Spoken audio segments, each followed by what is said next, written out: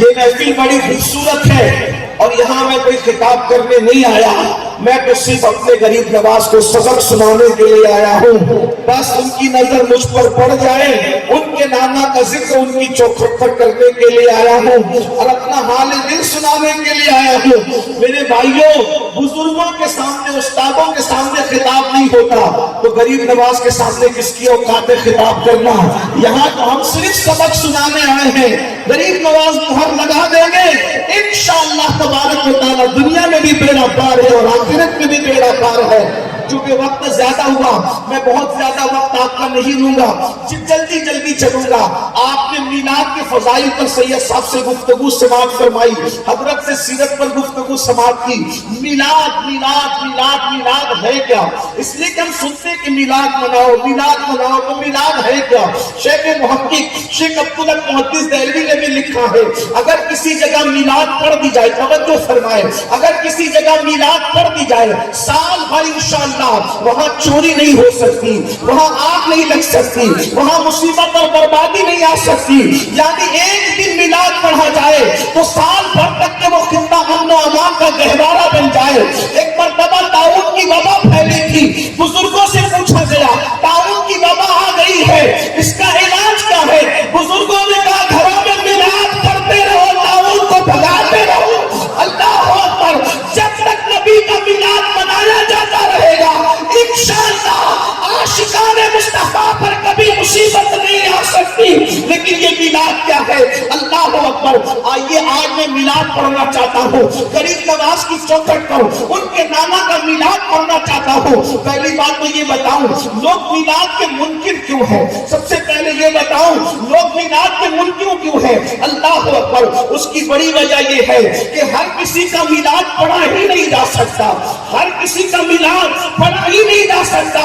اس کی وجہ یہ ہے میلاد پڑھنے کے لیے ماں کا کردار پڑھنا پڑے گا، میلاد پڑھنے کے لیے باپ کا کردار پڑھنا پڑے گا، میلاد پڑھنے کے لیے دادا دادی کا کردار پڑھنا پڑے گا، میلاد پڑھنے کے لیے پردادا کا کردار پڑھنا پڑے گا، اور پھر میلاد کے لیے ولادت کے وقت کیا ہوا تھا یہ بتانا پڑے گا، کیونکہ میلاد کہتے ہیں ولادت کے بیان کرنے کو، اور کسی کی ولادت بیان نہیں ہو سکتی۔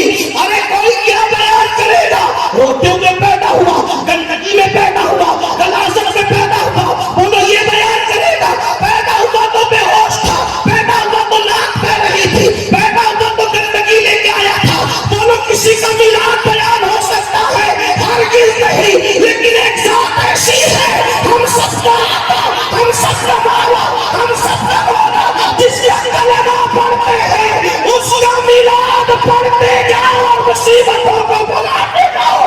اللہ اکبر، زمانے میں آئے بہت آنے والے، کوئی قصہ آیا نہ آنے والے، سراجت منیر لقب پانے والے، چمک تجھ سے پاتے ہیں سب پانے والے، میرا دل بھی چمکانے والے۔ اگر میلاد کے معاملے میں نبی کے ماں باپ کا کردار پڑھنا پڑے تو آئیے میں آپ کو بتاؤں، جب لوگ ننگے ہو کر کعبے کا طواف کر رہے تھے، جب لوگوں کا نام عبد الشمس تھا، عبد العزیٰ تھا، عبد المناف تھا، اس دور میں میرے نبی کے ابا جان کو دنیا عبداللہ طے کر کے پکارتی تھی۔ نبی کے والد کا کردار میں ہوگا، اور کیسا عبداللہ؟ سیرت نگاروں نے لکھا ہے اتنے خوبصورت کے سرکار عبداللہ کہ جب گلی سے گزرتے تھے تو کماری لڑکیاں انتظار میں کھڑی رہتی تھی، عبداللہ گزرے کے پہ جھلک دیتے تھے۔ سیرت حلبیہ کے حوالے سے لوگوں نے لکھا کیا کہتے کہ حضرت عبداللہ کی جوانی کو دیکھ کر دور یوسف یاد آ گیا۔ ہائے ہائے، یہ اتنے خوبصورت تھے میرے نبی کے ابا جان۔ میں میلاد پڑھنے لگا ہوں لیکن آپ نے ساتھ دیا تو میلاد پڑھوں گا، لیکن حضور کے ابا جان اللہ اکبر اللہ اکبر کہتے ہیں دور یوسف واپس آ گیا تھا، اتنے خوبصورت تھے میرے نبی کے ابا جان۔ آپ کو بتاؤں لوگوں کو ان کو بھی کافر کہنے کا شوق ہے، لوگوں نے ان کو بھی نہیں چھوڑا۔ کیا یہ امت ہے جس نبی نے تمہیں مسلمان بنایا تم نے ان کے ابا کو بھی کافر کہہ دیا؟ ہائے ہائے ہائے، کیا امت نے سلا دیا ہے۔ اللہ اکبر، ارے کم سے کم اللہ کے نزدیک تو مسلمان نہیں ہے، کم سے کم لوگوں کے نزدیک مسلمان ہے، تو یہ نبی کا احسان ہے۔ تو نے نبی کے والد محترم کو بھی سنو، یہ بڑی دکھ کی داستان ہے خاندان نبوت کے